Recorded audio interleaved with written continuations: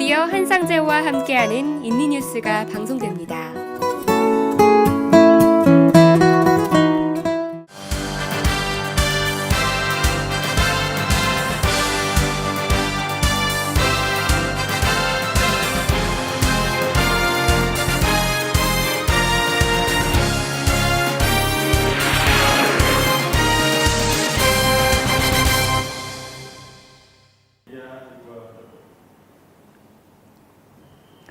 여러분 안녕하십니까? 한상재입니다. 지금부터 11월 13일 인도네시아 주간 뉴스 브리핑과 해설을 시작하겠습니다.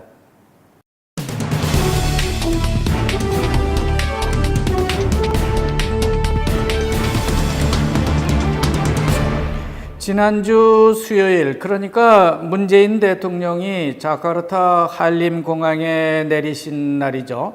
그날 조코위 대통령 솔로 집에서는 막내딸 카이양 아유라고 하는 딸의 그 자바 전통 결혼식이 있었습니다. 그런데 신랑 보비 아핍 나수띠온 군은 신부에게 이슬람 전통 지참금으로 금 80g을 지불했습니다. 이로써 이들의 결혼은 성립된 것이죠. 여기서 이상한 것은 신랑이 북부 수마트라 바딱 쪽이라고 하는 점입니다. 그러나 바딱 쪽은 대부분 기독교도들이긴 하지만요, 다빠눌리 남쪽에는 이슬람을 믿는 바딱 쪽도 꽤 있습니다.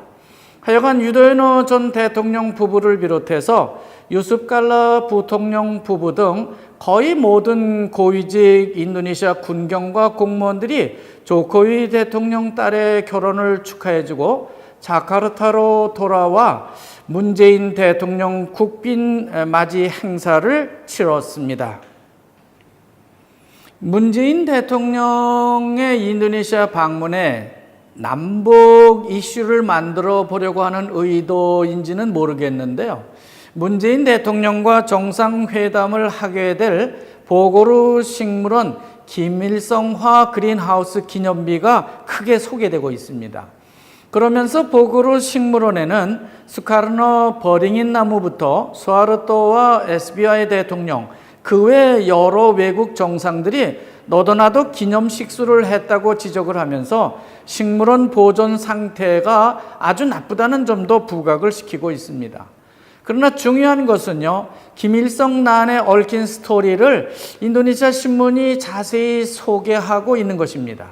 그것도 1965년 4월 13일 조선민주주의인민공화국 김일성 주석과 김정일 영도자께 수카르노 대통령이 김일성화를 올린 온실이라고 새겨진 기념비 사진까지 소개를 하고 있는 겁니다. 그만큼 북한과 인도네시아는 아주 가까운 나라라고 하는 것을 간접적으로 표현하고 있는 것이 아닌가 그렇게 보여지지만 문 대통령 방문에 맞춰서 그런 뉴스를 전하고 있는 것은 좀 예의가 아닌 듯한 생각이 들고 있습니다. 어쨌든 지난주 8일 저녁 우리나라 문재인 대통령은 할림 공항에 내려서 곧바로 스나얀 물리아 호텔에서 개최되는 교민 간담회에 참석을 하고 있습니다. 어림잡아서 약 450여 명이 참가한 교민 간담회는 시종일관 화기애애한 분위기를 연출했습니다. 먼저 양영원 한인 회장이 환영사를 했고요. 이어서 문재인 대통령이 인도네시아 교민들에게 답사를 해 주셨습니다. 한인 회장의 문 대통령 환영사는 그런대로 한인 동포들을 대표해서 의미 깊은 내용을 함축했다고 생각이 됩니다. 하지만 문재인 대통령의 답사는 너무 좀 허술하지 않았나 하는 생각을 하게 됩니다. 거기에는 교민들이 듣고 싶어하는 국내외 동북아 그 안보 현안이 빠졌기 때문에 그렇다는 겁니다. 적어도 우리나라 대통령은 인도네시아 한국 교민들에게 한국의 주요 현안을 전해주고 그런 문제들을 대략적으로 어떻게 처리할 것이라고 하는 그런 로드맵은 제시를 해주셨으면 그렇게 바라고 있었습니다. 그러나 간담회 진행과 문재인 대통령의 행보는 예전에 인도네시아를 방문했던 전번 대통령들의 간담회와는 확연히 달라진 모습을 보여주었습니다. 대통령이 직접 사진도 같이 교민들과 찍어주시고 일일이 악수도 나눠주는 모습은 참으로 보기에 좋았습니다. 그런 모습을 보면서 저는 간담회에 참석하지 못한 교민 여러분을 생각해 보게 됐습니다. 어떻게 하면 더 많은 교민들이 문재인 대통령을 만나게 해줄 수 있을까 하는 문제를 생각해 봤다고 하는 것이죠. 장소나 예산 문제 때문에 모든 교민이 다 참가해서 방문하는 대통령을 만난다고 하는 것은 실질적으로 상당히 불가능한 일일 것입니다. 지금은 간담회 참석자 명단을 어떻게 대사관에서 작성하는지는 모르겠지만 오는 사람은 언제나 오는 것 같은 느낌을 주고 있습니다. 또 여기에 정착해서 사는 교민들보다 코이카 단원들과 같은 청년들이 더 많이 보이는 것도 참 이상하다는 생각이 드는 것입니다. 그들도 참가하면 좋은 일이긴 하겠지만 가능하면 실제 여기에 오래 살면서 애들도 여기서 학교를 보내고 하는 그런 실질적 교민들이 더 많이 대통령을 만나는 그런 기회가 아쉽다고 하는 겁니다. 그런 점에서 랜덤 참가자 선택 방식을 하나 제안해 볼 수 있겠습니다. 먼저 참가를 희망하는 교민들이 있다면 누구든지 다 등록을 하도록 하고요. 그 중에서 랜덤으로 선택을 하게 하는 방법입니다. 한번 참가를 하게 되면 그 다음번에는 양보를 하도록 하고 한 번도 참가해보지 않았던 교민들만 다시 모아서 랜덤 추첨을 통해서 선택하는 방법을 도입하면은 이렇게 하면은 좀 어떨까 하는 제안을 해보는 겁니다. 물론 주요 한인회나 단체장들은 그대로 둬도 될 것 같고요. 이번처럼 코이카 같은 해외 진출 단원들을 특별히 초청을 해도 문제는 없을 것으로 생각됩니다. 어쨌든 더 많은 교민들에게 대통령의 인도네시아 방문을 환영할 수 있도록 그런 자리를 마련해 주는 공평한 방법은 인도네시아 한인회에 꼭 필요하다는 생각이 들고 있습니다. 문재인 대통령이 인도네시아를 방문하고 있는 중이라 그런지 한국 관련 기사가 아주 많이 보도되고 있는 걸 볼 수 있습니다. 대부분 조태용 대사가 전해주는 뉴스인지 거의 모든 기사에 문 대통령보다는 조태용 대사의 이름이 더 많이 등장하고 있어 눈길을 끌고 있습니다. 9일자 콤파스 신문 맨 뒷장에도 주 인도네시아 조태용 한국 대사를 노래하는 대사로까지 묘사하는 기사가 나고 있습니다. 지난 9일 아침 신문에 한국 인도네시아 교육 규모를 소개하면서 최근에 인도네시아 사람들이 한국을 찾는 관광객 수가 크게 늘어나고 있는 추세도 전해주고 있습니다. 외신에 보면 거기에는 문재인 대통령이 평창 동계올림픽 참가를 인도네시아에 프로모션하고 있다는 소식을 전하고 있습니다. 그 전날 밤 우리 교민들의 대통령과의 교민 간담회에서 평창 동계올림픽 유치를 위해서 노력할 것을 다 같이 다짐한 바 있습니다. 문재인 대통령은 인도네시아를 방문하면서 신남방 정책이라는 새로운 정책을 표방했습니다. 하지만 저는 신남방 정책이라는 용어를 쓴 그 배경이 뭔지 이해할 수 없을 것 같습니다.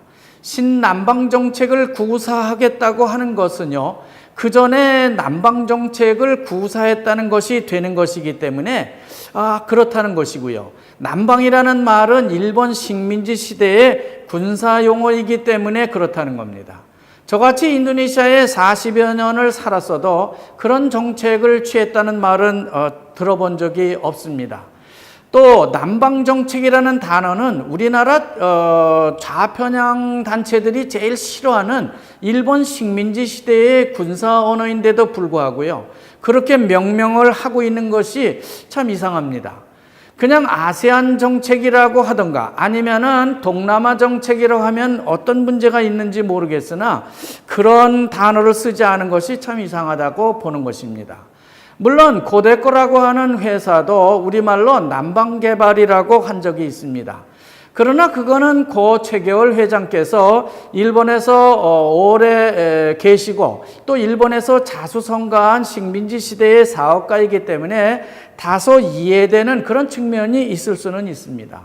그러나 남방이라고 하는 말은요, 일본 군부가 1940년대 베트남의 사이공이죠. 지금의 호지민시에 설치했던 남방군 사령부에서 나온 말이기 때문에 저는 아주 이 말을 싫어합니다. 따라서 신남방정책이라는 용어는 일본 식민지 시대의 잔재가 아닌가 하는 생각이 드는 겁니다. 그런 배경에서 볼 때 구태여 신남방 정책이라고 쓰기보다는 그냥 동남아 정책 아니면은 아세안 정책이라고 쓰면 어떨까 하는 생각을 전해봅니다.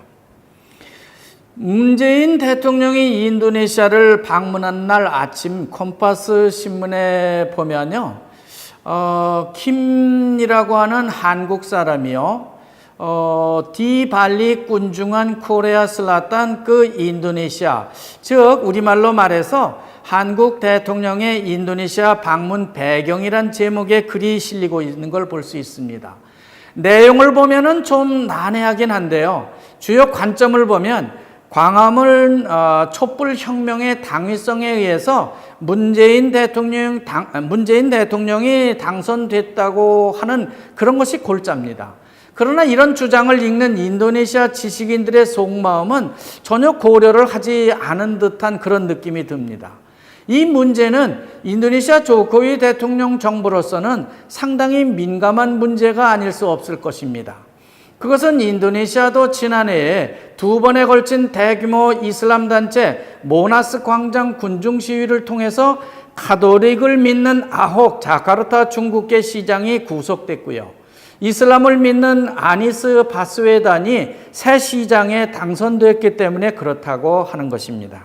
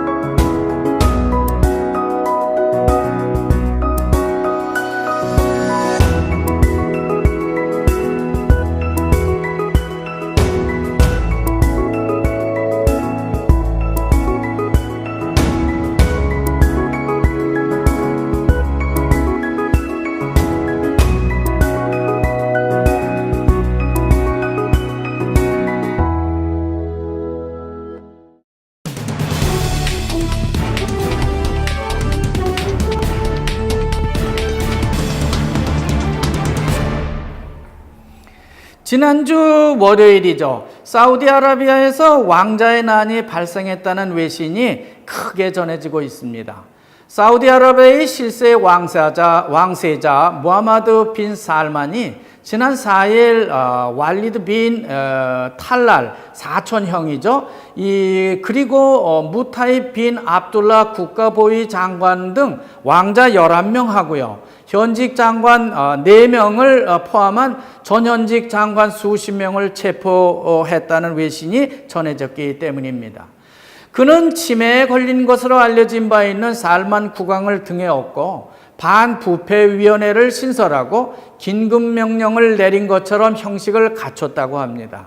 하지만 자신의 개혁에 반대하는 정적들을 선제적으로 제거하기 위한 일종의 무혈 친위 쿠데타로 신문은 보도를 하고 있습니다. 하지만 아토미 트리누그로라는 기자는 사우디 왕자의 난은 좀 다른 견해를 피력하고 있습니다. 그는 조태용 대사의 장황한 한국 발전 역사는 물론 박근혜 대통령 탄핵을 거쳐서 문재인 정권으로 교체되는 시기에도 군부의 개입 없이 민주적으로 한국 정권이 교체됐다고 하는 점을 대조시키고 있습니다. 그는 또 프란시스 후쿠야마의 The End of History and the Last Man 이 책을 인용하면서 사우디에서의 왕자의 난보다 한국 민주화 발전 과정처럼 현대화의 개방 정책 등을 통해서 경제 성장을 이루어야 할 것이라는 주문을 내놓고 있습니다. 문제는 왕자들의 구시대적 권력 다툼이 아니라 민주화를 한국처럼 시장 경제적 발전으로 이끌 수 있겠냐 하는 것입니다. 자카르타 정치권은 노반토 국회의장의 이 카테페 뇌물 사건 때문에 카페카 즉 부패조사위원회와 국회가 다시 극한 대립을 하고 있습니다. 이미 지방법원에서는 노반토 의장의 경우 무죄 선고를 내리긴 했는데 카페카는 강산을 투척해서 그런 세례를 받은 노벨이라고 하는 사람이 병원에서 치료를 받고 있는 카페카 이사 때문인지 끝까지 이 사건을 물고 늘어지고 있는 것 같습니다. 특히 카페카가 이번에는 아주 강력한 증거가 발견됐다고 언론에 발표하고 있는 것으로 보아서 노반토 의장이 불리한 것이 아닌가 그런 생각이 듭니다. 하지만 국회의장은요, 국회 사무처장을 통해서 나를 조사해 보려면은 대통령의 허가를 받아야 한다는 내용의 문서를 카페카에 전달을 하고 있습니다. 거기다 경찰까지 카페카 조사관의 비리를 다시 조사하겠다고 나서고 있는 형국이기 때문에 이 사건의 결말은 올해 안에 나기가 힘들 것 같습니다. 인도네시아 청소년들의 조혼 관습 때문에 미래가 암담하다는 기사가 전해지고 있습니다. 여성가족부가 조사한 2013년 통계의 35% 정도가 10살에서 15살 사이에 결혼을 하고요. 16살에도 40%, 또 17살이 될 때 결혼하는 경우도 26%나 되기 때문에 그렇다는 겁니다.